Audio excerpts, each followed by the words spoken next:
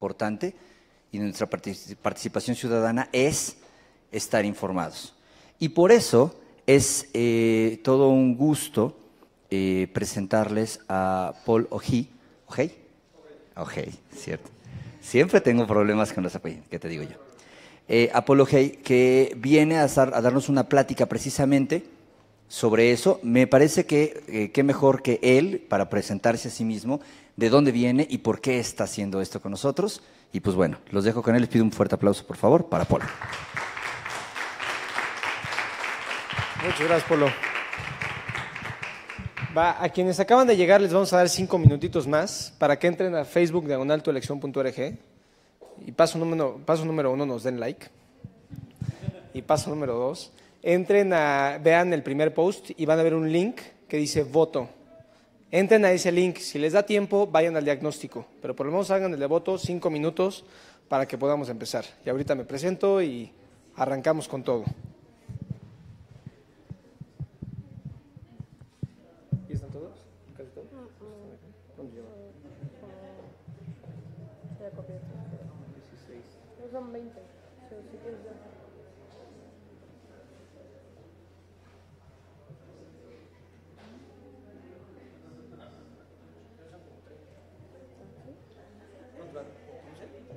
Sí, como 15, ya son como 3.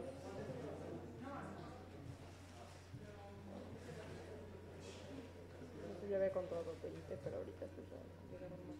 Bueno. Si quieres ya, y ahorita voy. O si alguien pone más. Ya son 1:15. Justo serían los 15 minutos normales. 3 minutos. No les va a dar tiempo a hacer el voto.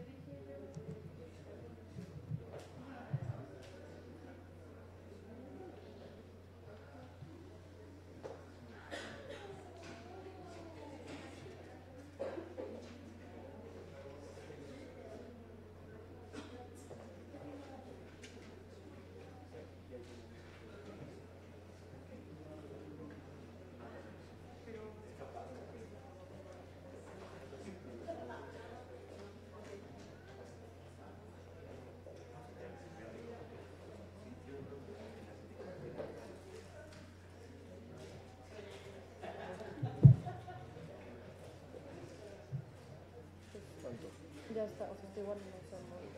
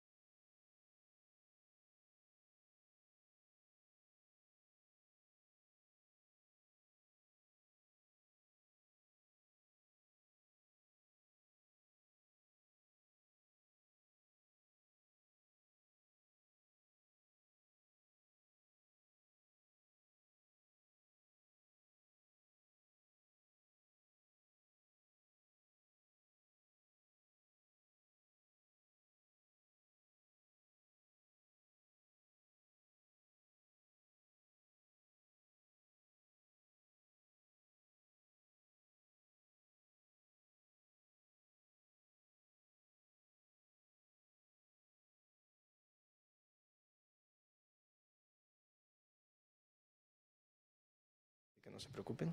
Si quieren seguir acabando de hacer eso, adelante. Ya Polo más o menos nos presentó. Yo soy Paul Ojei. El apellido es una cosa muy extraña, difícil de pronunciar y peor de leer. Ella es Irene, ella es la coordinadora de este programa, y nos acompañan otras dos personas, que es Itzel Cuevas, que es asociada de IDEC, y Javier, que está trabajando en SIGDI. Nos está ayudando en todo el tema de comunicación en el proyecto que ahorita les vamos a estar presentando. Somos estas dos organizaciones, IDEC y SIGDI, quienes estamos impulsando esto. Y la conferencia se llama Elecciones 2018, Verdad y Reto. Cuando hablamos de las elecciones del 2018, no es suficiente con hablar de una verdad o de un reto. No tenemos que hablar de la verdad para poder enfrentar el reto que implica votar el próximo 1 de julio. Porque no solamente vamos a decidir cargos, sino vamos a decidir el futuro del país en gran medida.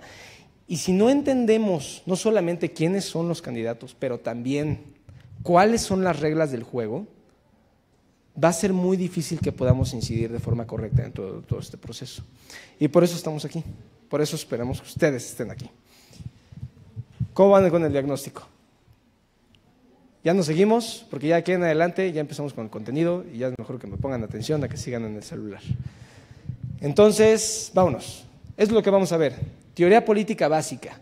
Vamos a irnos a lo más básico de lo básico de lo básico de qué es el sistema político mexicano. De ahí ya no va a haber nada. ¿Se acabó? Se acabó la conferencia. Okay. Vamos a hablar de representación política en México.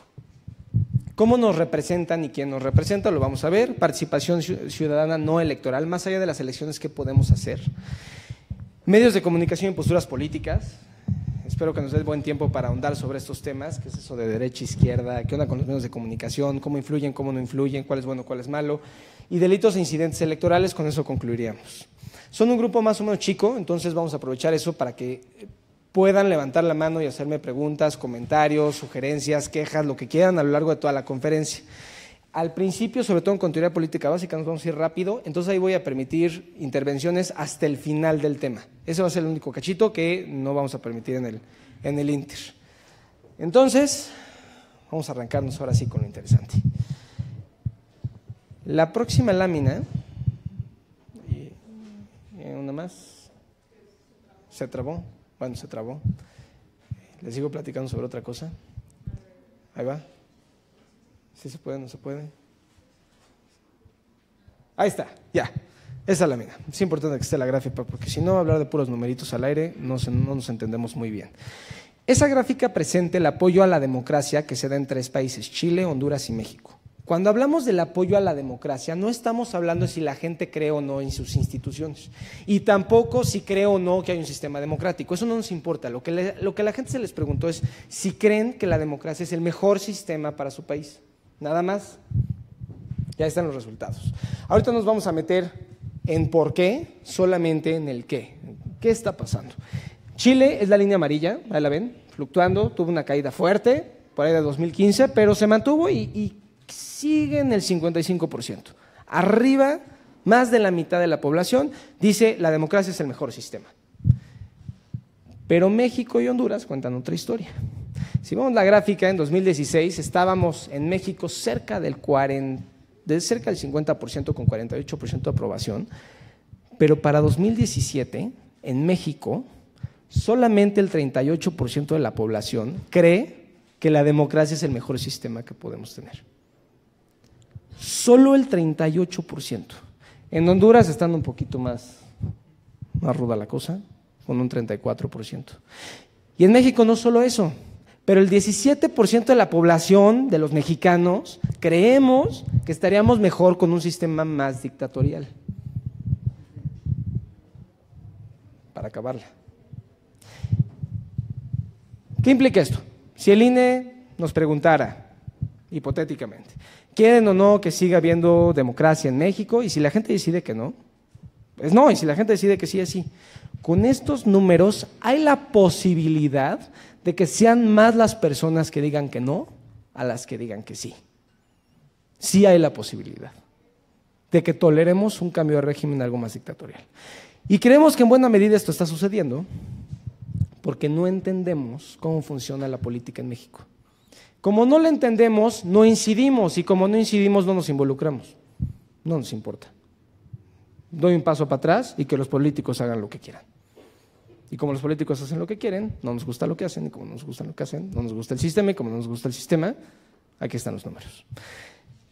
Por eso, vamos a empezar con lo más básico, como les habíamos dicho, y vamos a hablar del sistema político mexicano con 5 huevos. Así, vamos a hablar de aquí en adelante, las próximas láminas, con puros huevos.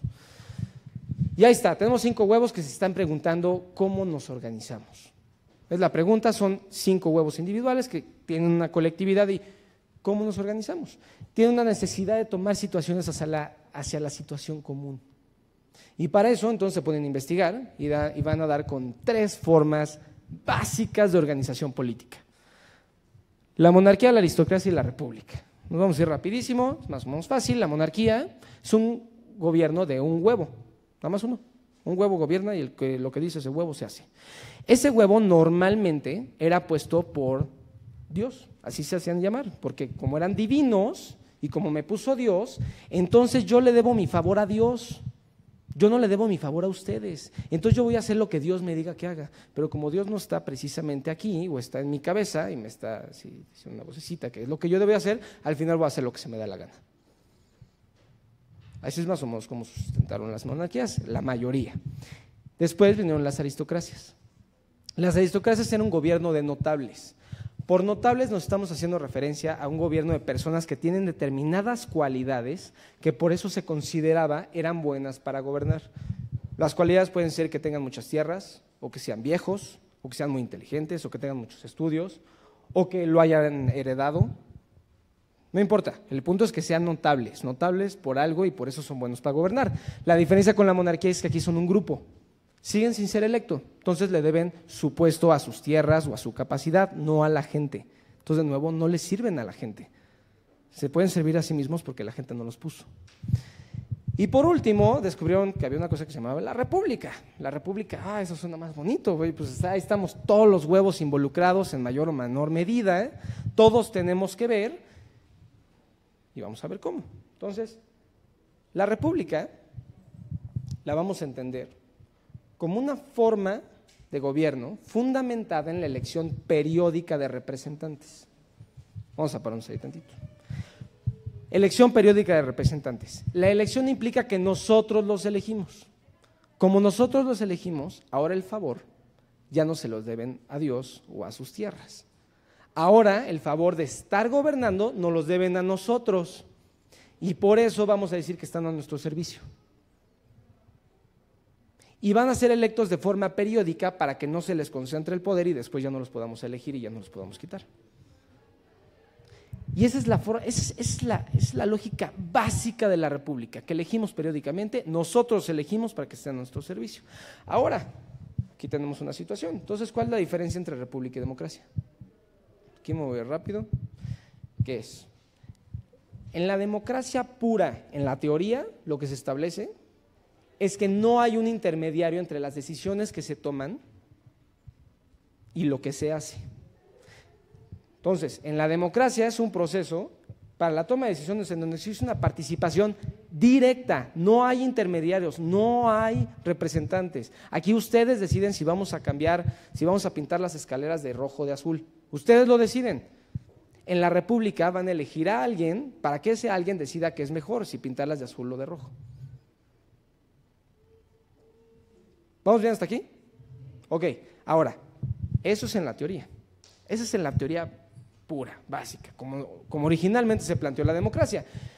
Pero en la realidad, la república la vamos a entender entonces como una forma, como una de las características que puede tener un gobierno, una forma de gobierno, y a la democracia como uno de los componentes que van a constituir a un sistema republicano. En la práctica hoy en día la democracia no es una condición que nosotros elijamos directamente las políticas. Hoy en día la democracia implica que podamos elegir representantes. Es decir, si elegimos representantes, ya somos democráticos. Punto. Así lo entendemos hoy en día. Entonces, ante esa situación vamos a tener que definir 2 tipos de democracia, para no hacernos bolas y no perder la pureza del concepto, que es una forma indirecta o representativa, es decir, yo elijo a alguien para que se elija por mí, o una forma directa, que es la democracia pura, en donde yo elijo qué se va a hacer junto con todos los demás sin ningún intermediario. ¿Va? Ok, es importante aclarar esos conceptos para todo lo demás que viene. Entonces ya, se pusieron de acuerdo los huevos y dijeron, vamos a hacer un sistema republicano, primero. Y después dijeron, bueno, ahora ¿cómo vamos a evitar que se concentre el poder? Bueno, pues fácil, vamos a dividirlo en tres. El ejecutivo, que va a ser un huevo para que ejecute, como no va a tener que deliberar con otros huevos, puede tomar decisiones rápido y va a ser el ejecutivo. Va a haber un legislativo donde no van a estar todos los huevos, van a estar un grupo, un pedacito, una representación de todos los que somos, para que ese legislativo ponga las reglas y ponga el marco sobre el cual el ejecutivo va a poder operar y hacer las leyes y ejecutar las leyes. Entonces el legislativo pone las reglas del juego, el ejecutivo ejecuta el juego y va a haber un legislativo, un judicial, perdón, que no va a tener representación. En el judicial, si ven, no hay huevos, ahí es una cosita. No hay representación porque no queremos que su puesto se lo deba al pueblo ni a los gobernantes, queremos que su puesto se lo deba a la justicia, que él actúe por la justicia, no que actúe por lo que es más popular entre la gente, ni que actúe por lo que le conviene políticamente. Entonces por eso ahí no hay representación. Y ya, lo dividen en tres. Ok, vamos a la que sigue. Y dicen, sí lo vamos a dividir en tres, pero ¿cuál va a ser el mero petatero? El ejecutivo. Ese va a ser el más fuerte de todos.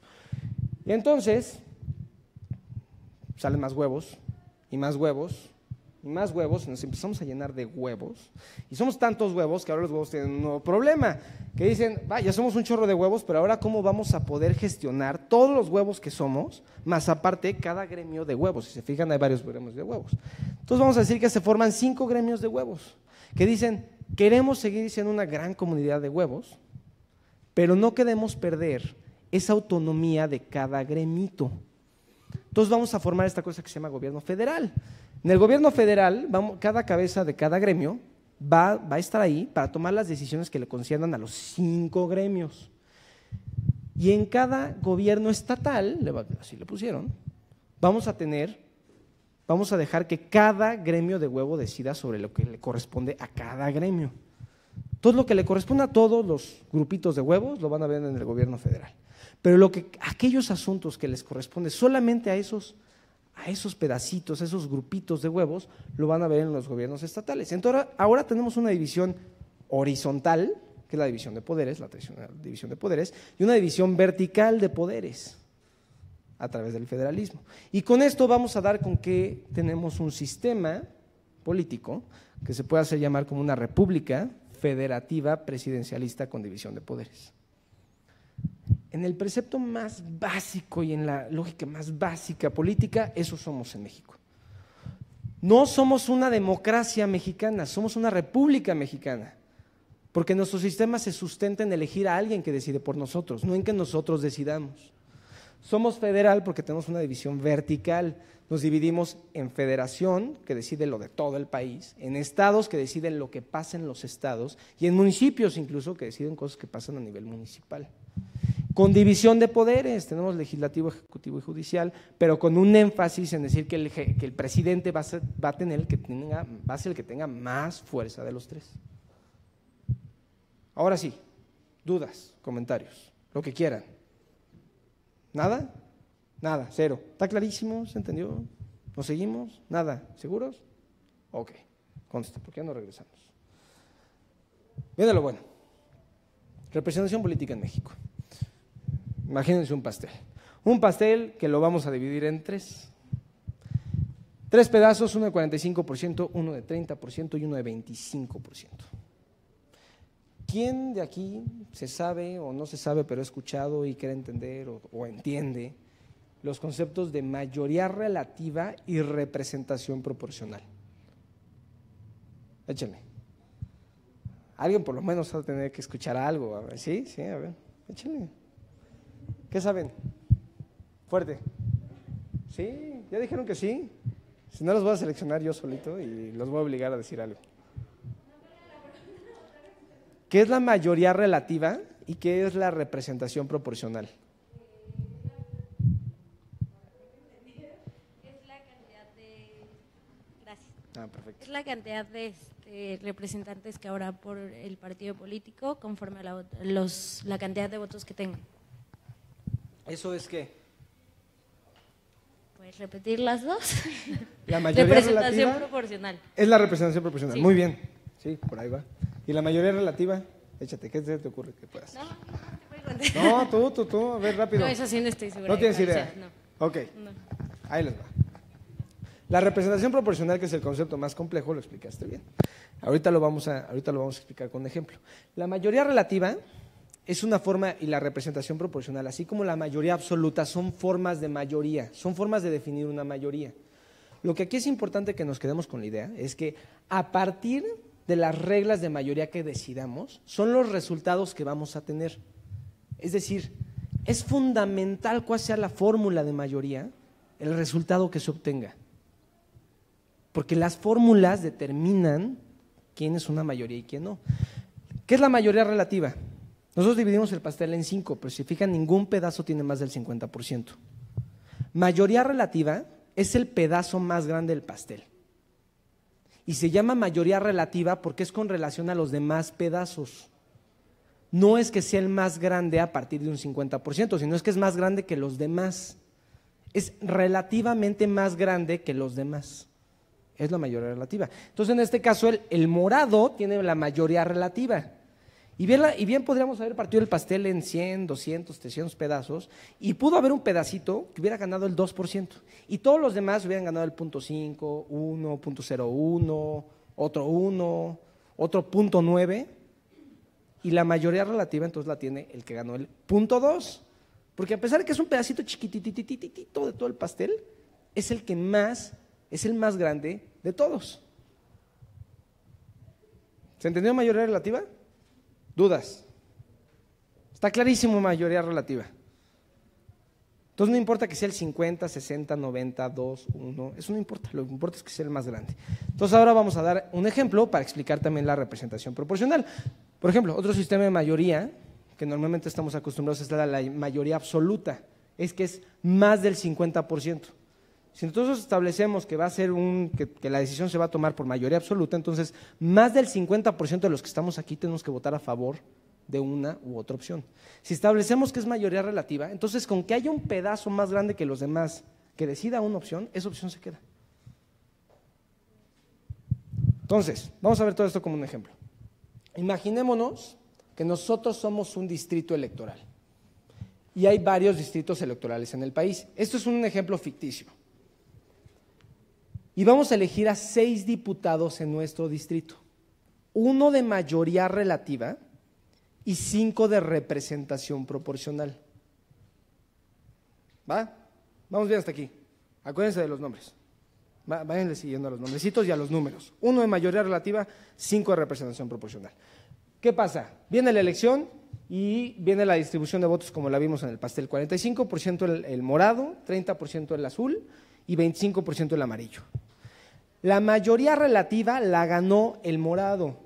Entonces el morado se lleva a ese diputado de mayoría relativa. Punto. Bajo el principio de mayoría relativa, los otros dos partidos, a pesar de que ganaron votos, y de hecho entre los dos ganaron más votos que el morado, no se llevan nada. Eso, por ejemplo, es lo que pasa en Estados Unidos. En Estados Unidos tienen 2 partidos políticos, no porque la ley necesariamente así lo establezca, la ley no dice tienen que haber 2 partidos políticos, no. Lo que pasa en Estados Unidos es que solamente hay mayoría relativa. Entonces, ¿qué pasa? Empiezan 5 partidos políticos compitiendo, pero solo va a ganar uno por distrito. Entonces van a haber perdedores y o ganas todo o no ganas nada. Entonces, ¿qué pasa? Empiezan a perder y a ganar los partidos políticos y los que más van perdiendo, menos dinero van recibiendo, menos apoyo van recibiendo y van perdiendo y van perdiendo y van perdiendo y van perdiendo porque se van debilitando hasta que desaparecen y quedan los dos más fuertes. De nuevo, las reglas del juego, las reglas de mayorías que establezcamos van a definir los resultados. Ahora, Estados Unidos no es lo mismo que México. En Estados Unidos tiene una historia, tiene su historia en donde llegaron los colonizadores, arrasaron con la población nativa, llegaron muchísimos migrantes de Europa, se pobló mayoritariamente Europa y se generaron ahorita algunas minorías, como están los afroamericanos, los latinos, y la mayoría que son descendientes de europeos. Pero todos más o menos conviven con la misma cultura, tienen las mismas ideas, tienen la misma finalidad en la vida, más o menos lo comparten, un poquito diferente en el norte que en el sur, pero más o menos lo comparten. Entonces tener dos partidos políticos no es absurdo en un país como Estados Unidos. Pero en un país como México se vuelve un poco más complejo, porque en México tenemos minorías dentro de las minorías y minorías dentro de las minorías dentro de las minorías. Entonces, por eso, un sistema de mayoría relativa donde solamente termináramos con los partidos políticos es un poco peligroso. Ante lo cual se implementó el sistema de la representación proporcional. Entonces dijo, ¿sabes qué? A ver, dijeron los partidos políticos el amarillo y el azul. Le dijeron al morado que siempre ganaba. Oye, cuate, sí, tú ganas la mayoría relativa, pero nosotros también estamos ganando votos y no me estoy quedando con nada cuando hay más gente que vota por nosotros dos que por ti. Es injusto, entonces dame algo. Y dijo el morado, bueno, está bien, vamos a abrir los diputados de representación proporcional para que entonces tú recibas lugares a partir del número de votos que recibas, que fue lo que explicaron ahí atrás. ¿Cómo funciona esto? El morado recibió el 45% de los votos, dijimos que eran 5 diputados de representación proporcional. Entonces cada partido político presentó 5 candidatos, una lista de 5 candidatos, 1, 2, 3, 4, 5. Este es el 1, este es el 2, este es el 3, este es el 4, este es el 5. Entonces, el morado se llevó el 45% de los votos. Como se llevó el 45% de los votos, 45% de 5, son 2 y el brazo de 1, entonces entra el 1 y el 2 de la lista. El azul se lleva el 30% de los votos, que es 1,5, lo vamos a redondear a 2, entonces se lleva el azul el 1 y 2 de la lista. Y después el amarillo se llevó el 25% de los votos, 25% de 5 es 1 y un cachitito. Entonces se lleva 1 el amarillo. ¿Y cómo quedó conformado nuestro distrito? Por 3 diputados del morado, 1 de mayoría relativa, 2 de representación proporcional, 2 diputados del azul, los 2 de representación proporcional, y 1 diputado del amarillo. Gracias a este principio, el morado no se llevó todo. Gracias a este principio, los 3 partidos políticos ahora van a tener presencia en la Cámara. El morado más que los demás, pero todos van a estar ahí. ¿Se entendió? ¿Sí? Entonces vamos bien. Ok. Entonces vamos ahora sí a ver el ejemplo con el caso mexicano. ¿No hay dudas ni comentarios? Nada. ¿Segurísimos? ¿Nada? Ok. Sí.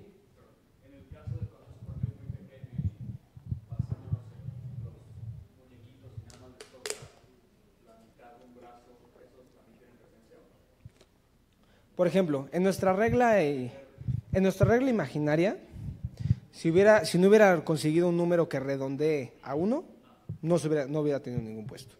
En el caso mexicano, para que un partido político en la Cámara de Diputados pueda tener acceso a candidatos de representación proporcional, necesita tener por lo menos el 3% de la votación, mínimo.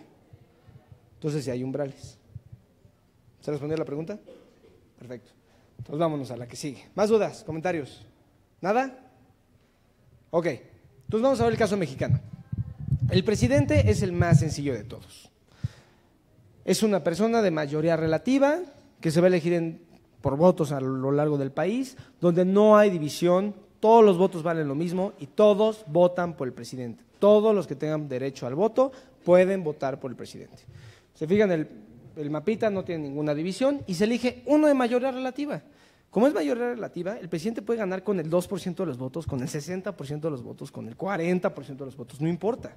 El punto es que gana el candidato que haya recibido más votos. ¿Va? Está sencillito. Los diputados son una cosa un poco más interesante. Para los diputados, son 500, vamos a dividir el país en 300 cuadritos, 300 así. Cada cuadrito va a tener más o menos la misma densidad poblacional, no geográfica, es decir, van a haber cuadritos chiquititos y cuadritos muy grandes. Por ejemplo, en el desierto de Sonora va a haber un cuadrito enorme, porque ahí casi no hay gente. En cambio, en la Ciudad de México van a haber cuadritos chiquititos, porque estamos la gente encima de la gente. Entonces va a ser un cuadrito muy chiquito. ¿Okay? Entonces dividimos el país en 300. cada uno de esos distritos va a elegir a un diputado de mayoría relativa. Uno, cada distrito. Y todos ustedes tienen asignado un distrito electoral. Y así se van a conformar estos 300 diputados de la Cámara. ¿Se entendió hasta ahí? Va. Ahora viene la representación proporcional, solo que aquí se complica un poquito la cosa. Para hablar de representación proporcional, ya no vamos a hablar de distritos electorales. Ahora vamos a hablar de una cosa que se llama circunscripción plurinominal. Ahí viene la palabra de los pluris. Bien le podrían haber puesto distrito plurinominal, no sé por qué le pusieron circunscripción, yo creo que fue para complicar la cosa, porque no dice nada. Lo que nos dice es la palabra plurinominal. Estos 300 distritos que los que estábamos hablando son distritos uninominales porque metemos a un candidato, a un diputado por distrito. En cambio, en las circunscripciones plurinominales, o que podríamos llamar distritos, vamos a meter por circunscripción a 40 diputados. ¿Cómo? Ahora vamos a volver a partir el país, independientemente de los distritos, en 5 regiones. 5 regiones. Cada región va a tener varios estados adentro de sí misma. La región más grande es la del norte, después hay una región intermedia ahí en el centro, hay otra región por acá abajo, otra región en Yucatán y otra, el norte se divide en 2 regiones. Cada región, que son esos cuadritos translúcidos, va a meter a 40 diputados en la Cámara, por el principio de representación proporcional. Entonces, imaginemos con el ejemplo, vamos a votar acá en Chiapas. Yo voto en Chiapas por el partido amarillo. Al votar por el partido amarillo, ojo, imagínense que esto es una boleta electoral, esta es otra boleta electoral y esta es otra boleta electoral. Entonces aquí vamos a hacer un voto, un solo voto. Entonces vamos a votar por el amarillo. Yo voto por el amarillo en Chiapas. Cuando volteo la boleta, voy a ver una lista de 40 candidatos de representación proporcional que me está proponiendo ese partido amarillo para esta circunscripción. Esa lista va a ser igual en Chiapas que en Oaxaca, pero la lista va a ser distinta en Oaxaca que en Baja California Sur, para el mismo partido. Acá en Baja California Sur me van a presentar una lista de 40 distintos a los de acá abajo. Y la de Oaxaca también va a ser distinta a la de la Ciudad de México, porque está en otra circunscripción. Entonces, a partir del votos que reciba cada partido político en cada una de las circunscripciones es que se van a meter a los candidatos. Si un partido político recibe el 20% de los votos en esta circunscripción de acá abajo, entonces en esa circunscripción va a meter el número 1, 2, 3, 4, 5, 6, 7, 8 de su lista de representación proporcional. Más aparte, los candidatos de mayoría relativa que haya ganado. ¿Dudas? ¿Comentarios? Sí.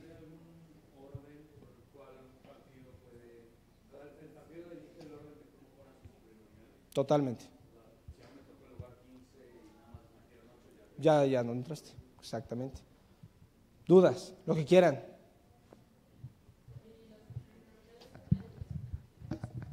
Los plurinominales se ponen después de que ya están los de mayoría relativa, ¿no? Se ponen al mismo tiempo. Pero es muy buena pregunta. Esta es una misma boleta. Entonces, cuando tú votas por el partido amarillo, por el candidato del partido amarillo, al mismo tiempo estás votando por los plurinominales. Y al momento de entrar en la Cámara, valen exactamente lo mismo. Lo único que cambia es cómo entraron. Pero su voto no vale menos, ni su presencia vale menos, ni vale menos. ¿Se respondió la pregunta? ¿Sí? ¿Qué más? ¿Más dudas? ¿Comentarios? ¿Nada? ¿Seguros? Segurísimos. Nos seguimos. ¿A quién representan los diputados?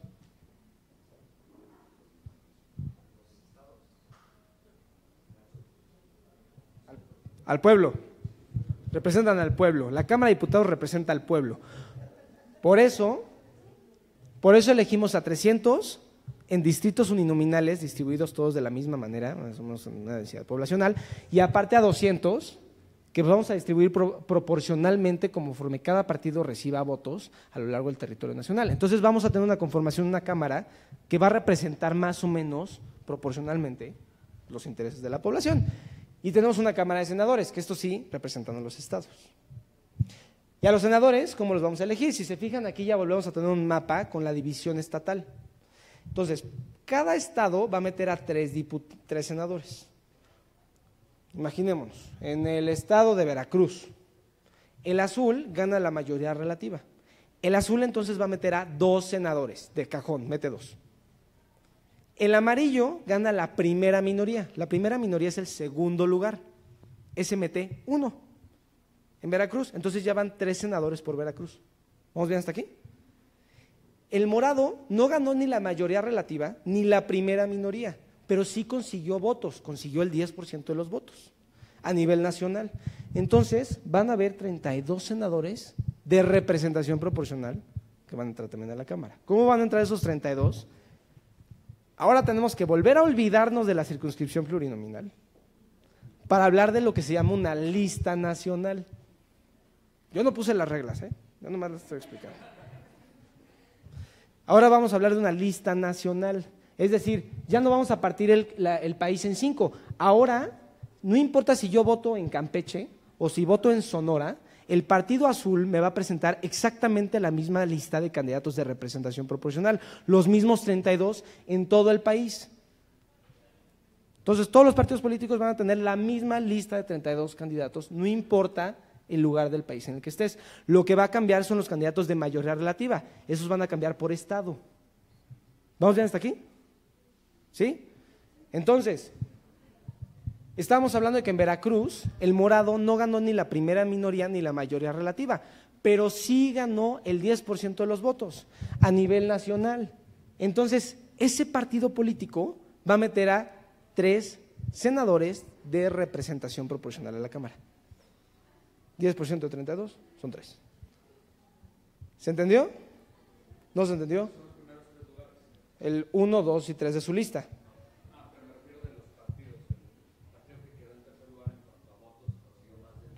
Si tú consigues el 20% de los votos, entonces metes a 6. Digo, te estoy haciendo números redondos porque si no, no voy a saber hacer la matemática. ¿Qué más? ¿Dudas, comentarios? ¿Dudas? ¿No hay nada? ¿Se entendió? Segurísimo, porque no, van a votar, ¿no? Van a votar. ¿Sí? Ok. Ahora, ¿cuál es el problema con estos 32? Habíamos dicho que representaban a los estados, el que la Cámara de Senadores representa a los estados. ¿Cuál es el problema con esos 32?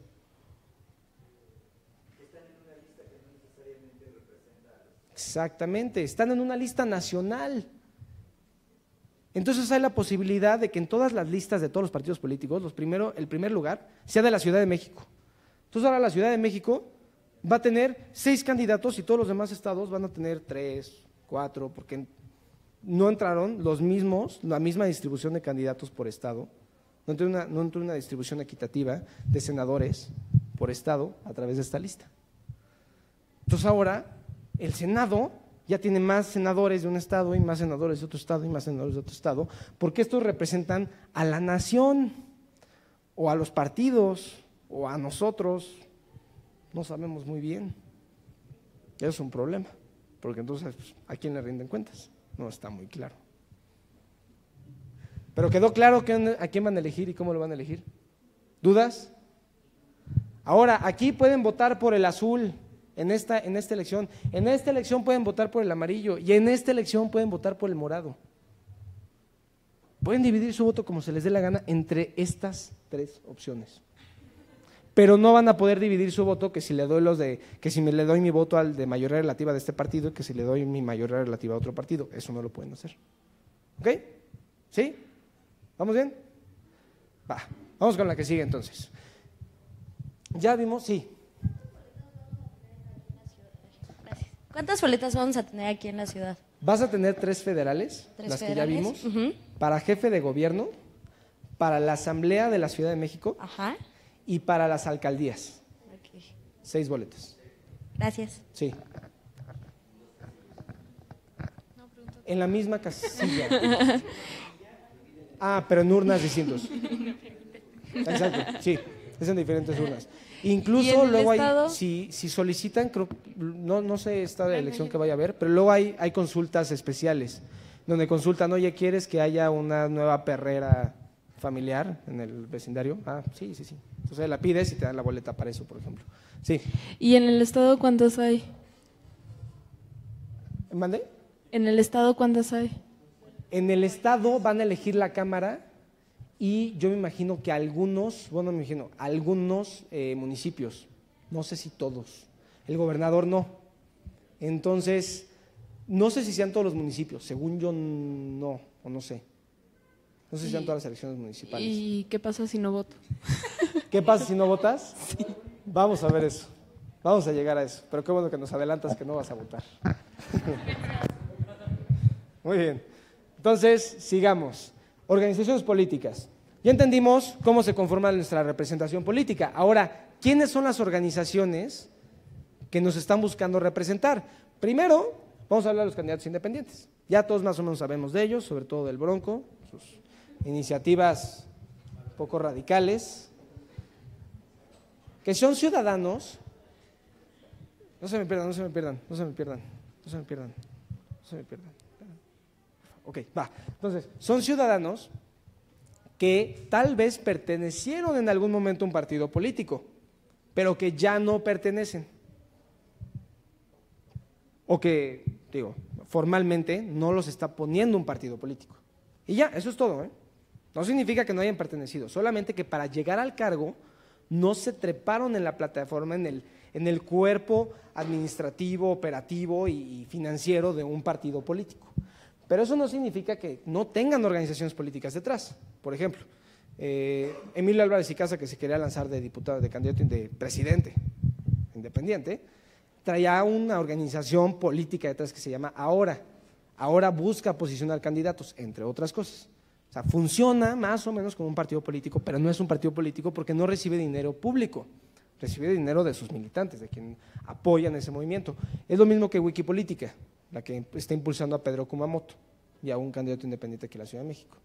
Al final, sí tienen una organización política que no es un partido político que los está impulsando para poder recolectar todas las firmas y el apoyo y la publicidad y dar a conocer la plataforma y una serie de cosas que individualmente es muy difícil. Entonces, al final las estructuras no se mueven mucho, las formas sí cambian. Lo interesante aquí es, ¿qué pasa si votan por un independiente a la Cámara de Diputados, por ejemplo? ¿Qué pasa con los de representación proporcional? Pues no hay. Entonces, tal vez valga la pena votar por un candidato independiente a la Cámara porque dicen, ese candidato es buenísimo y va a hacer cosas maravillosas. Sí, tal vez sí, no digo que no, pero su voto estadísticamente vale menos, porque no van a participar en la decisión de cómo se va a conformar ese otro pedazo que se llaman candidatos de representación proporcional. ¿Y qué pasa si votamos por una presidente? En el caso del presidente, el voto estadísticamente no vale menos, vale igual que para cualquier otro. El problema ahí podría estar en que si llega a la Cámara no va a tener un partido político, si llega a la presidencia no va a tener un partido político dentro de la Cámara que apoya a tomar sus decisiones. Pero tal vez puede ser bueno porque no tiene enemigos, entonces puede hablar con quien quiera. Bueno, es una duda. Pero son nada más las cositas que tienen que tener en consideración y si deciden votar por un independiente, no, puede ser completamente válido, incluso mejor que votar por un partido político, tal vez.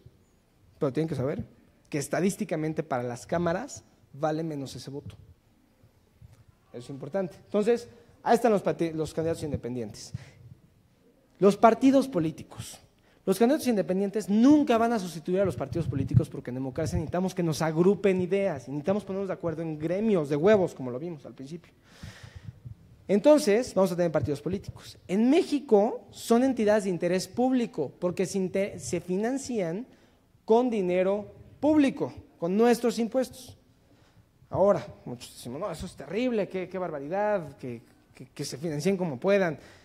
Eso lo tenemos para que entonces los partidos políticos en su actuar, en la teoría, nos deban el favor a nosotros y no a intereses privados que los puedan llegar a estar financiando para posicionar candidatos, que es lo que pasa, por ejemplo, en Estados Unidos. Estados Unidos, de nuevo, la mayoría de su población se ve beneficiada por el sistema económico. En México, con el 60%, con casi por ahí del 60% de la población en pobreza, pues la mayoría no se ve beneficiada por el sistema económico. Entonces sería un poquito peligroso que los partidos políticos le debieran el favor de su existencia a intereses privados. porque las grandes empresas, las grandes corporaciones serían quienes los financiarían. Entonces, para evitar eso, son financiados con dinero público. El problema es que a veces como ciudadanos no les exigimos como deberíamos y no estamos encima de ellos, porque ellos existen con nuestro dinero, con nuestro trabajo, lo cual no está mal, pero sí nos hace corresponsables de lo que ellos hagan. Y son vehículos para acceder al poder y agrupar ideas e ideales políticos. Después están las coaliciones. Las coaliciones son solamente electorales. Una vez pasada la elección, los partidos políticos no tienen ninguna obligación de seguir actuando en conjunto. Lo interesante de las coaliciones es que no presentan candidatos de representación proporcional. Entonces, imaginemos que el partido morado, azul y amarillo presentan un mismo candidato de mayoría relativa en coalición. Si yo voto por el amarillo, mi voto va a ir a ese candidato de coalición, pero no va a ir a la lista de representación proporcional del morado ni del azul. Mi voto va a ir a la lista de representación proporcional del amarillo.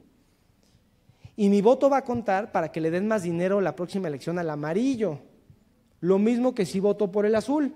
Si voto por el azul, que se fue en coalición por un mismo candidato, ok, sí, estoy votando por el mismo candidato para mayoría relativa, en el caso de un distrito electoral. Pero para las listas de representación proporcional voy a votar por las del azul. Entonces ahí sí hay diferencias y ahí sí pueden hacer una cosa un poco más interesante con su voto. ¿Se entendió eso? ¿Sí? Hasta aquí, dudas, comentarios de partidos políticos, de los candidatos independientes, lo que quieran. ¿Nada? ¿Nada? ¿Nos seguimos? ¿No hay dudas? ¿No hay comentarios? Ok, los frentes. Los frentes, esos son lo más light de todo, porque los frentes son convenios de colaboración que firman los partidos políticos más allá de la elección, en donde establecen que van a jalar parejo para jalar una agenda conjunta. Pero no hay nada que los obligue a llevar a cabo esa agenda conjunta. Entonces, si lo hacen, si no lo hacen, no hay castigo. Firman un papel, pero pueden hacerlo sin el papel, pueden no hacerlo con el papel. Ahorita el ejemplo que tenemos es el del PAN, el PRD y Movimiento Ciudadano, que empezó siendo un frente y después se convirtió en coalición y se quedó con el nombre de frente, y en teoría, si ganan y quedan, van a jalar esos tres partidos juntos para impulsar una agenda común. Las otras dos coaliciones, las del PRI y la de Morena, no están estableciendo frentes, solamente establecieron coaliciones. Entonces, van para ganar la elección, pero después no significa que trabajen juntos. ¿Vamos bien hasta aquí? ¿Dudas? ¿Nada? ¿Seguro? Segurísimos. ¿Sí? ¿Lo seguimos? Ok, va otra. Bien, viene lo divertido. Edward Hewlett Carr establece que hay tres preceptos básicos sobre los cuales se lleva a cabo la democracia contemporánea. Primero, que es individual. Es decir, cada uno de nosotros tomamos decisiones como individuos. La segunda es que es positiva. Es decir, que vamos a tomar decisiones para el bien de nuestra colectividad, no solamente el nuestro. Y la tercera es que somos lógicos. Se prevé que vamos a pensar nuestra decisión. Vamos a ver cómo lo hicieron ustedes. Esa era la oferta electoral. Se les presentó en el ejercicio. 3 candidatos, Guadalupe, Jorge y Estefanía. Guadalupe tiene una preferencia de voto de 32, Jorge de 29, Estefanía del 11, ahí están sus datos, no nos interesa la verdad es que ahorita quién propuso qué o quién era quién, lo que nos interesa es quién ganó. Vamos a ver, ganó, pero con una arrasadora victoria Guadalupe. Ganó Guadalupe. Miren, vamos a analizar los resultados electorales. La gráfica azul muestra la forma en la que votó la población que no estuvo aquí. Lo que no les dijimos, pero había un indicio, es que ustedes no eran los únicos. Hay una cosa que se llama preferencia electoral. Eso significa que se le preguntó a otras personas por quién iban a votar. Ese grupo de personas que se les preguntó era el 90% de la población. Ustedes representaron el 10%. Entonces, vamos a ver cómo se comportó la votación de la población que no estuvo aquí. Es esta de aquí, Guadalupe, Jorge y Estefanía. Si lo vemos, tuvo un comportamiento muy similar a las preferencias de voto que señalaron antes de la elección, ¿no? Incluso algo curioso es que 28% de la población no sabía por quién votar y el 11% dijo votar por Estefanía. Es decir, había más indecisos que electores por Estefanía, por ejemplo. Eso está interesante. Y ustedes, sin embargo, votaron, pero la gran mayoría por Estefanía. Casi el 80% votó por Estefanía. Y no ganó. Si todos ustedes se hubieran puesto de acuerdo, todos se hubieran puesto de acuerdo, y hubieran votado por Estefanía, Estefanía no habría ganado. No habría ganado. No habría alcanzado a ganar. Las preferencias de voto, por más que fluctuaran, no se iban a mover mucho de ahí. Pero si la mitad se hubiera puesto de acuerdo, Jorge sí le ganaba a Guadalupe.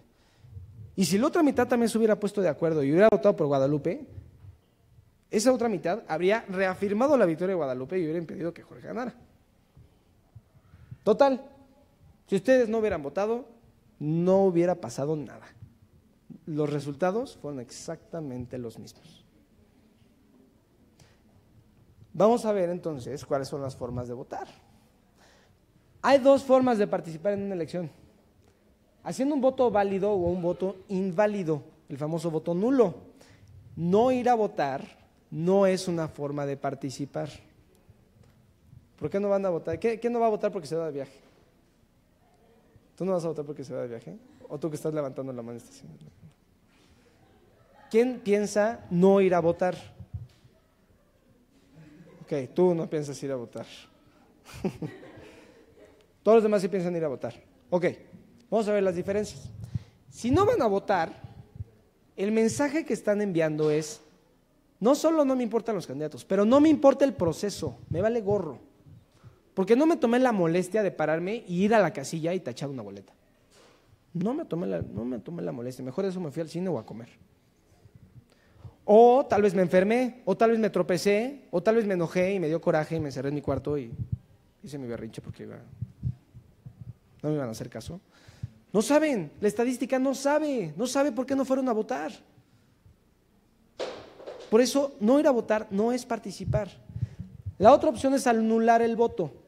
Si anulan el voto, están mandando un mensaje diciendo: sí me interesa el proceso, no estos candidatos. Ninguno de estos candidatos me representa, pero sí quiero votar.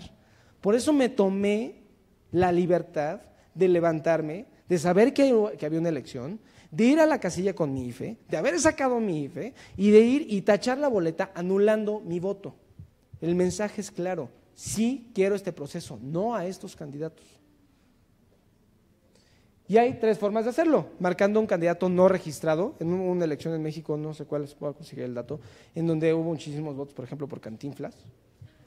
O sea, vale, no iba a ganar Cantinflas porque no estaba registrado, pero la gente votó por Cantinflas. Cuando votan por más de un candidato, ¿hubo gente que votó por más de un candidato aquí? Nadie, muy bien, nadie anuló su voto de esa manera. O marcar fuera del perímetro, así anulan su voto. O pueden hacer un voto válido. Si hacen un voto válido es aquel que cuenta por uno de los candidatos registrados. Y pueden hacer dos tipos de votos: el voto útil, que es votar por uno de los dos candidatos punteros, no hay más. El voto útil es estadístico y se le llama también voto estratégico. O un voto simbólico, es decir, a mí no me importa quién vaya en el puntero, yo voy a votar por quien me representa. Pierda o gane, yo voy a emitir mis preferencias reales de voto. Eso es un voto sincero. Y uno de los riesgos de las tomas de decisiones grupales es que se hacen votos estratégicos. Es de hecho es algo malo de las decisiones grupales, porque no se refleja la decisión de la mayoría. No se reflejan las preferencias de voto reales. Lo que se refleja es: híjole, es que de que gane ese, que gane este, pues mejor que gane este, entonces voto por este para reafirmar su victoria o para evitar que gane el otro. No es porque yo crea que sea bueno. El otro es sincero y es bueno porque envían un mensaje claro también. Dicen: ese era bueno. Y aunque no fuera a ganar, no me murmullen tanto porque me distraigo. Y todavía nos falta un rato. Entonces dicen: ya, va. Ok, sí, adelante. Si tienen que ir adelante, no hay problema. Entonces, si hacen un voto simbólico, están emitiendo sus preferencias reales. Y eso está bien. Lo que tienen que saber es que no van a influir el resultado de la elección, ni cercanamente. Si hacen un voto estratégico y violentan sus preferencias de voto reales, entonces, tal vez sí, hagan una diferencia con el resultado de la elección. Lo importante aquí es que tengan información de quiénes son los candidatos, cuál es la coyuntura. Más información del contexto, es decir, cuáles son las reglas del juego. Y cuando tienen esas dos, es que entonces van a hacer una participación inteligente. No es suficiente hacer una participación informada, hay que ser inteligentes al momento de saber que puedo dividir mi voto, que puedo votar por un independiente, pero híjole, pierdo en la representación proporcional. Que puedo no ir a votar, pero ya sé el mensaje que voy a mandar, porque sí quiero un gobierno más autoritario, entonces no voy a ir a votar. O voy a ir a anular mi voto, porque todo esto es una bola de chacalones y yo quiero que hayan buenos candidatos, entonces voy a ir a anular mi voto para mandarles un mensaje a los candidatos. Eso es ser inteligente, pero es importante tener las dos cosas. ¿Dudas? ¿Comentarios?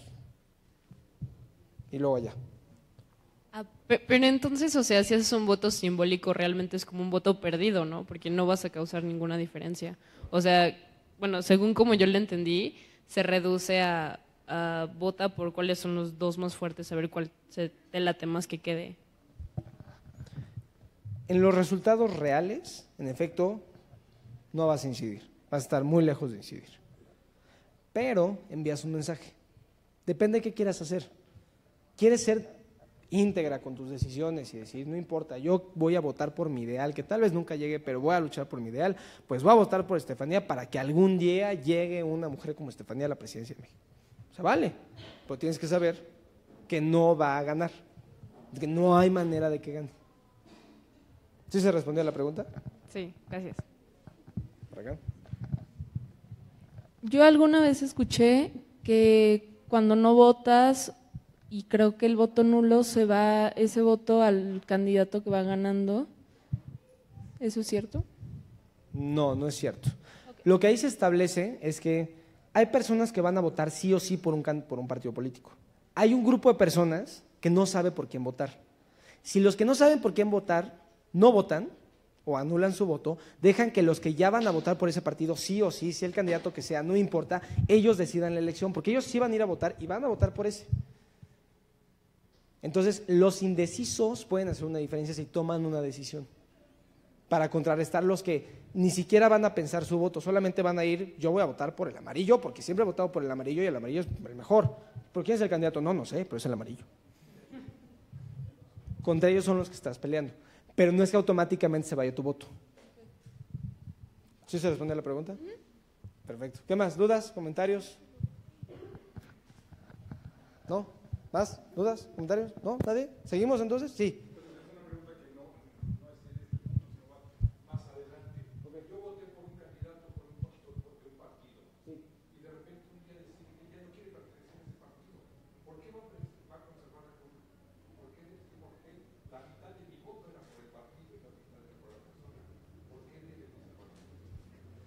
Al final, no, totalmente, no, es muy bueno, es muy bueno. De hecho, por ejemplo, por eso las votaciones en el Congreso son abiertas. Tú sabes por quién votó cada candidato para que justo haya una disciplina partidista. Y se espera eso. ¿Por qué debe de pertenecer? Híjole, porque ganó con la soberanía del pueblo, porque el pueblo lo puso ahí. Entonces, quitarlo es ir en contra del pueblo. Entonces, no hay mecanismos claros para revocación de mandato. No los hay. Pero sí podrías, si tú y su distrito está muy renuente, oye, salte de ahí, ir a hacerle cabildeo político, ir a hacerle presión social y decirle, oye, mano, vete de ahí. Tú ya no me representas. Y es completamente válido. Políticamente es muy válido. ¿Sí se respondió a la pregunta? Perfecto. ¿Algo más? ¿Dudas, comentarios? ¿No? Entonces seguimos. ¿Sí? Seguimos. ¿Va? Cuando se tienen más dudas después de esto, nos regresamos. Formas de participación ciudadana, ¿cómo vamos de tiempo? Ok, estamos bien. Vamos un poquito rápido para alcanzar a cubrir todos los temas. Es bien bonito. Cuando hablábamos de democracia indirecta y directa, en México sí tenemos mecanismos de democracia directa, pero no los conocemos o no los usamos. La mayoría creo que supieron de la ley 3 de 3, ¿sí? Fue esta ley que creó el Instituto de Investigaciones Pendientes Iglesia en conjunto con otras organizaciones. Ellos la redactaron, buscaron conseguir firmas y consiguieron que por lo menos el 0.13% de la lista nominal, es decir, la gente que tiene credencial para votar vigente, firmara la iniciativa. La firma y ese rango mínimo lo que permitió es que la iniciativa llegara al Congreso y que tuviera que ser votada. Pero eso no aseguraba ni que fuera rechazada, o que fuera aprobada, o que fuera modificada. La ley 3 de 3 se votó, se aprobó, pero se modificó. Pero ya se hizo una. Esa es una forma de incidencia directa. Hay otra todavía más bonita, pero mucho más difícil, que se llama la consulta popular. Esa es una reforma de este sexenio. Lo que establece esa consulta popular es que, por ejemplo, si el 2% de electores nos ponemos de acuerdo y decimos, queremos que en la Constitución, un ejemplo, se permita el matrimonio igualitario, constitucionalmente, que ahí se redacte que sí se permite el matrimonio igualitario. Pues vamos a hacer la consulta. Va, pues el 2% de electores agarramos, creamos la iniciativa, la firmamos, pasa al INE, el INE la aprueba y el INE está obligado a hacerle una consulta a todo el pueblo. Si por lo menos el 40% de los electores vota en el mismo sentido, es decir, por lo menos 40% que sí, por lo menos, y es más que los que no, la consulta es vinculante. Eso significa que el Congreso no tiene de otra más que cambiar la Constitución para que exista el matrimonio igualitario. Queremos que haya un tope de ingresos para los funcionarios públicos constitucionalmente hablando. ¿Lo podemos hacer? Pues no lo hemos hecho. Pero sí se puede. Ahí está. Y hay otra que se llama Ley de Participación Ciudadana de la Ciudad de México.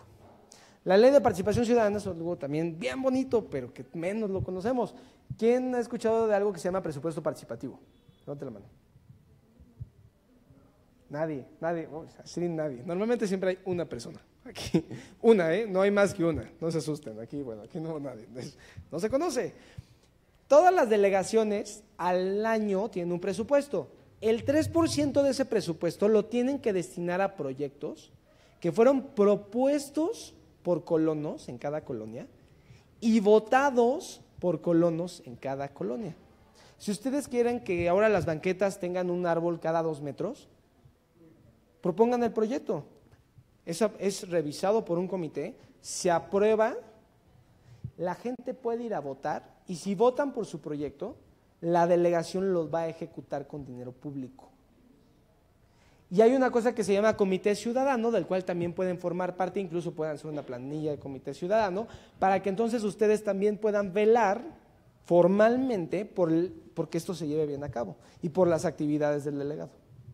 Ahora van a ser el alcalde. Y esto existe, pero nadie lo conocemos. Sea porque nos interesamos, sea porque el instituto hace una pésima campaña de comunicación, la que sea, no importa, el punto es que lo tenemos y no lo conocemos. Y bueno, y luego tenemos formas informales, que son las marchas y bloqueos, manifestaciones de contenido, yo creo que las conocemos muy bien aquí, y el cabildeo político, que es yo me acerco con mi diputado y le pido algo. Esto no es ilegal, solamente es informal porque no hay un mecanismo formalmente establecido para que tenga o no tenga impacto lo que vamos a hacer. No hay una ley que diga si el 40% de tus votantes se te levantan porque dejaste tu partido, te vas. No hay esa ley. Entonces tendrá que ser una presión tal que el candidato diga, bueno, sí, yo por mi voluntad me voy porque la presión social me hizo que me fuera. Por eso es informal, pero es completamente legal. ¿Va? ¿Dudas? ¿Comentarios? ¿Nada? ¿Nos seguimos? Va, otra más. Los medios de comunicación, es bien importante. Los medios de comunicación son pilares de la democracia. ¿Por qué? En la democracia, en teoría, todos vamos a decidir algo que nos concierne a todos. Entonces vamos a meternos con esa cosa que se llama lo público. Y somos individuos. Como individuos es imposible que conozcamos todo lo que pasa en el espacio público. Por eso hay medios de comunicación que nos tienen que explicar de forma imparcial o parcial, pero no nos tienen que explicar. Lo que hay que conocer es cómo nos los van a explicar. Por eso hay que preguntarnos 3 preguntas para saber si un medio es libre o qué tan libre o qué no tan libre es. ¿Cómo se financia? ¿Porque la gente compra su revista? ¿O porque le pagan anuncios? ¿O porque le pagan para que haga determinadas notas? ¿Quién lo financia? ¿Es el gobierno? ¿Empresas? ¿Somos nosotros los consumidores finales? ¿Y cuáles son sus filtros? ¿Puedo yo escribir lo que se me dé la gana y se publica? ¿O hay un editor y un editor del editor y un editor del editor que va a asegurarse que el periódico tenga una determinada línea encaminada a su publicación? Respondiendo a esas 3 preguntas podemos más o menos saber para dónde va cada medio. ¿Dudas, comentarios? Nosotros ahorita nos vamos a juzgar a los medios, nada más el chiste es que ustedes tengan criterio para poder juzgar a los medios al momento de leerlos. Otra más, izquierda y derecha. Esto es bien bonito. Siempre que nos ponemos a debatir, no, es que eres un izquierdoso, un derechoso. Y tú, bola de izquierda. Y yo, no, y tú, y sí, es que la izquierda es lo peor. No, la derecha, tú, capitalista, y no sé, tanta cosa. Pero, ¿qué es la derecha y qué es la izquierda? Nadie está de acuerdo. Nadie. Si ahorita les hiciéramos un examen, les preguntamos, ¿qué explica qué es derecha y qué es izquierda? Nadie diría lo mismo. Y eso es un problema, porque entonces estamos debatiendo y analizando política con 2 conceptos que no entendemos. Ahora, ¿cómo los entendemos? Normalmente los entendemos la izquierda como pensamos en algo que va a cambiar, que es cercano a las mayorías, que está en contra de las élites y que es socialista. Y a la derecha la pensamos como algo cercano a las élites, que busca conservar, alejado de las mayorías y capitalista. Pero el capitalismo y el socialismo ya quedaron en la Guerra Fría, eso ya se acabó. Ya ganó el capitalismo. ¿Por qué no seguimos peleando con eso? En nuestras cabezas seguimos teniendo que los de izquierda son socialistas y que nos vamos a convertir en Rusia, como hace, ¿cuántos años pasaron? Con 30 años. Más o menos, terminó, ahí en los 90. Pero eso no está pasando. Esa lógica ya no existe. Ahora, entonces, ¿cómo vamos a debatir política? Por eso nosotros les proponemos 3 puntos de enfoque para analizar la política. A partir de la situación, analicemos quién busca cambiar y quién busca mantener. Analicemos las libertades, quién busca dar libertades y quién busca restringir libertades. Y analicemos a partir de la economía. ¿Quién busca intervenir la economía metiendo subsidios, elevando impuestos, redistribuyendo el ingreso? ¿Y quién busca ser completamente libertario? Que el libre mercado regule nuestras vidas y que defina quiénes somos y qué hacemos. Si al menos tenemos enfoques así, podemos ponernos de acuerdo y poder hacer un análisis profundo y verdadero sobre dónde está cada quien. Si nos seguimos basando en la izquierda y en la derecha, ¿quién sabe qué estamos diciendo? Y tenemos un problema, porque entonces no estamos analizando nada, o no sabemos qué estamos analizando. ¿Dudas? ¿Comentarios? ¿Nada? ¿Segurísimos? ¿Nada? ¿Nada? ¿Nos seguimos? ¿Sí? ¿Seguros? ¿Nada? Ok, vamos a la otra. Y populismo y demagogia. ¿Quién se explica cada una? ¿Quién se explica qué es populismo y qué es demagogia? A ver, alguien lo tiene que haber usado en su vida. Por lo menos, ¿quién lo ha usado? Seguramente, ese es un populista. Bueno, ¿qué es populista?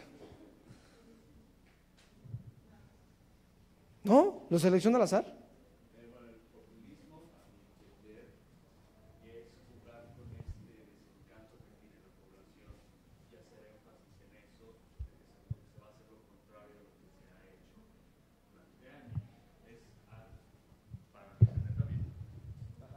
Es querer darle cierta esperanza a las personas desencantadas con propuestas que tal vez no son aplicables o tal vez sí, pero que tienen, según yo, una función de generar cierto o jugar con el odio que hay, es lo que yo creo. Okay. ¿Alguien más? ¿Quiere aportar algo de lo que cree o sabe? ¿No? Ok. Bueno, ahí está. Nos dio una perspectiva bastante amplia y un poco mezclada, que es la que normalmente se tiene. Por eso es importante aclarar estos conceptos. Populismo viene de populis, perteneciente o relativo al pueblo. Es una corriente política que busca acercarse a la mayoría. Punto. Ya, no hay más. Populista es aquel que se acerca a la mayoría y le dice, oye, manito, pues yo voy a ver por ti. Que sea bueno o que sea malo es otra historia. Hay populistas buenos, hay populistas malos. Pero el populismo per se no es malo. Lo que establece y la lógica de la palabra, lo que dice es, yo me acerco a las mayorías, no a las minorías. ¿Y qué es la demagogia entonces? Pues la demagogia, eso sí es malo, es lo que planteabas. Viene de la lógica de guiar al pueblo a través de las emociones y de la promesa falsa de lo que no puedo cumplir. Eso es demagogia, es una degeneración de la democracia, porque entonces yo voy a hacer que piensen, ¿se acuerdan? ¿No como individuos? Sí, órale. Positivos, pues yo te voy a lavar el coco para que pienses que lo que yo voy a hacer es positivo, pero voy a romper tu lógica.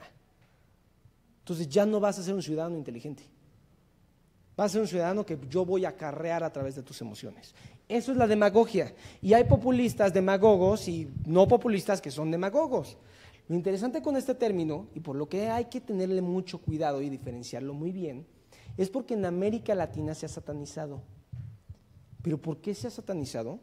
Porque la mayoría vive bastante mal. Y las élites son chiquititas y viven muy bien. Entonces, ¿qué pasa? Llega un cuate que dice, oye, yo voy a velar por los intereses de las mayorías. Dicen las élites, no, porque a mí me va a ir como en feria. Entonces, ¿sabes qué? Es populista, el populista es malo. Oigan, no vote por este cuate porque es populista y es malo. Pero, ¿malo para quién? Es la gran pregunta, ¿malo para quién? Hay populistas malos. El problema es que en nuestra cabeza y nos han metido a la idea de que todos los que son populistas son malos. De nuevo, ¿malos para quién? ¿Dudas? ¿Comentarios? ¿No? ¿Vamos bien? ¿Seguros? ¿Nada? ¿No quieren debatir nada?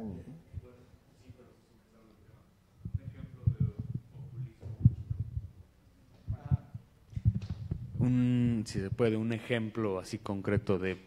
Porque, como dices, estamos satanizados y pensamos que cuando escuchamos la palabra populismo es malo, y en lugar de decir que es un demagogo, decimos es un populista, y como tú dices, no tiene nada de malo. Pero yo creo que en América Latina hemos tenido muchos ejemplos de populismo malo. Entonces yo quisiera un ejemplo de uno bueno, si es que lo hay, y bueno. Va, perfecto. Es una buena pregunta. El problema es que es una pregunta personal. Y todas las preguntas personales las podemos comentar en cuanto yo me baje de este escenario. Con todo gusto debatimos todas las que quieran, hasta les digo cuál es mi postura política, pero estando aquí parado no puedo hacerlo, porque ya es una postura y es una perspectiva. Pero es una buena pregunta. ¿Nadie más? ¿No? Hablan por allá, pero ¿quieren comunicar algo por acá? ¿No? ¿Nos seguimos? Va, seguimos.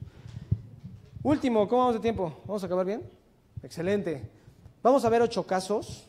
Y el chiste es que ustedes nos digan si es un delito, un incidente o es algo legal. Rapidísimo, es muy sencillo, pero al menos para que tengamos ideas básicas de qué onda al momento de ir a votar y qué va a pasar en la jornada electoral y qué se puede y qué no se puede. Entonces, el primer caso. Llegas puntual a la hora de la casilla, llegas puntual a la hora en la que abre la casilla, pero no te dejan votar debido a que esta aún no está debidamente instalada. Delito, incidente o legal. Eso está muy fácil. Bien, bien. Muy bien, eso estuvo muy fácil. Bueno, vamos a ver. Un ciudadano llega a la casilla, pide su boleta y se la lleva. Hay algunos legales, unos delitos. Escucho unos incidentes por allá. ¿Delito, incidente o legal? Es de delito. Muy bien, es delito. Otra más.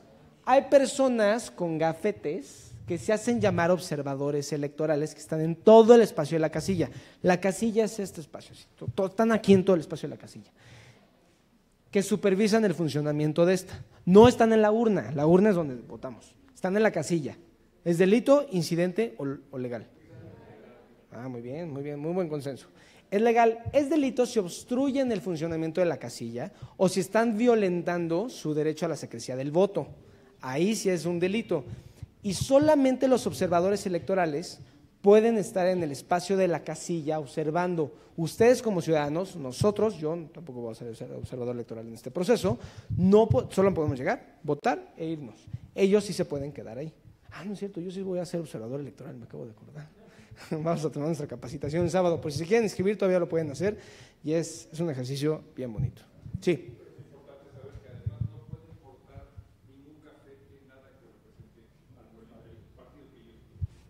Excelente aportación, correcto. Traen un gafetito que dice soy observador electoral, pero no pueden tener una carga partidista, correcto. Hay representantes de los partidos en las casillas, que es otro boleto, es otra función. Sí, muy bueno. Un día antes de la jornada electoral llega un periodista a presentarte un informe sobre la preferencia de voto de la ciudadanía. ¿Legal, delito o incidente? ¿Ya se está homologando? Sí, es delito. Es delito. 3 días antes de la votación de la jornada electoral hay veda electoral. Nadie se puede acercar a ustedes a decirles por quién deberían de votar o quién es un mejor candidato. Nadie, ni siquiera sus papás, los profesores. Si lo hacen, denúncienlos. Entonces, es delito. 3 días antes. ¿Ah? Otro más. Un ciudadano, no, justo antes de que entres a la casilla para votar, comienza a llover y los funcionarios de casilla suspenden su operación. Este delito, incidente, legal. Bueno, está muy bien, están muy bien. Es un incidente si es un establecimiento bien armado y que la lluvia no va a afectar la operación de la casilla. Es un delito, se está chispeando, era una casa, y dice, no está lloviendo, te cierro las puertas y no puedes votar. Eso sí es un delito. Pero si está incluso si está en una carpa y de repente se empieza a llover y se empieza a mojar el material, ahí sí pueden cerrar la casilla y es un incidente. Bien. Un ciudadano tacha su boleta sobre la mesa de la casilla a la vista de todos y le ingresa a la urna. ¿Incidente, delito? ¿Incidente? ¿Ya? Más o menos. ¿Incidente? Es legal. La secrecía del voto es su derecho y los únicos que pueden violentar sus derechos son ustedes.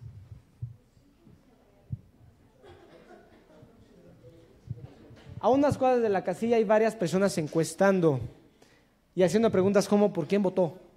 ¿Y quién espera que gane? Legal, ilegal. Ya el día de la jornada electoral votaste y te están preguntando eso.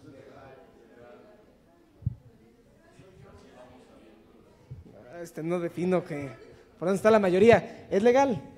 Es legal. No te están insinuando información de quién es el bueno, te están preguntando por quién votaste y tú puedes decir no voté. Pero tienen que estar a unas cuadras de la casilla. No conozco ahorita exactamente la distancia, si quieren se las averiguo, pero no pueden estar exactamente fuera de la casilla, eso sí no. Tienen que estar a una distancia para que no estén atiborrando ahí el espacio. ¿Va? ¿Vamos bien? Va. Otra más. Llegas 2 minutos después de la hora de cierre de la casilla, pero esta sigue abierta. Sin embargo, los funcionarios de casilla ya no te dejan votar. Hay gente formada y ya llegó la hora de cierre, pero tú llegas y ya te dicen no, tú ya no. Delito, incidente o legal. Ay, ok, a ver. Es legal. Es legal porque ya cerró la casilla, ya se acabó su derecho de votar. Si llegaron antes y se formaron, está bien, porque llegaron antes de que cerrara la casilla. Pero si llegan después, ya no tienen derecho.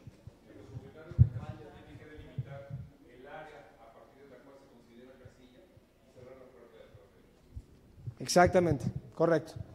Sí, así es. ¿Vamos? Algunas preguntas de reflexión para que se lleven y nos preguntemos todos. Si bien ahorita estamos trabajando con el tema electoral y con las reglas del juego que ahorita tenemos, no significa que sean las mejores.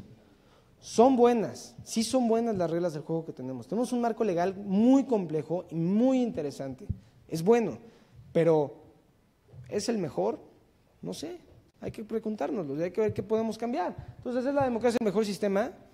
Vamos a preguntarnos primero por ahí. Ahora, ¿es la democracia el mejor sistema para México? Hay que ver. Tal vez sí, tal vez no, tal vez sí, en unos lugares, tal vez no en tantos lugares, tal vez en todo el país. Hay que preguntárnoslo. ¿Qué le hace falta a nuestro sistema político electoral? ¿Hacia dónde vamos en materia democrática? Ya vieron la gráfica del principio, cómo la gente cada vez cree menos en la democracia. ¿Y qué podemos hacer y cómo? Son cosas que hay que preguntarnos todos los días, si es que queremos que este país avance, al menos en estos temas de los que todos hablamos, la mayoría estamos enojados y queremos que algo cambie. Y no les platiqué mucho el proyecto que tenemos, del cual está colaborando Javier, Itzel Irene y yo, que se llama tuelección.org, pero ya le han dado like a la página de Facebook. Es una página web en donde van a poder encontrar miles de candidatos interactivos y muchísima más información que van a poder tener para tomar una decisión inteligente. Si quieren llevarles la ya aquí esto estamos trabajando en esto de forma voluntaria. Y pues muchísimas gracias por su atención. Cualquier duda o comentario que tengan, si quieren que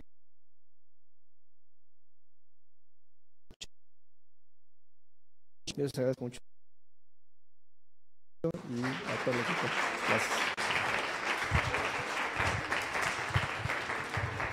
Paul, a nombre de la Universidad de la Comunicación, quiero agradecerles que hayan estado aquí, que nos hayan dado esta conferencia tan rica. No sé si chicos quieran hacerle algún comentario final a Paul, y si no, que por favor vean esto. Ya nos metimos a la página y estuvimos buscando y la verdad es que está bastante interesante. Muchas gracias a todos ustedes por venir. Es importante que participen, que se informen y que no dejemos esto en manos de, digamos, unas cuantas personas, que todos participemos. Gracias, chicos. Buenas tardes. Me encantó y aparte yo creo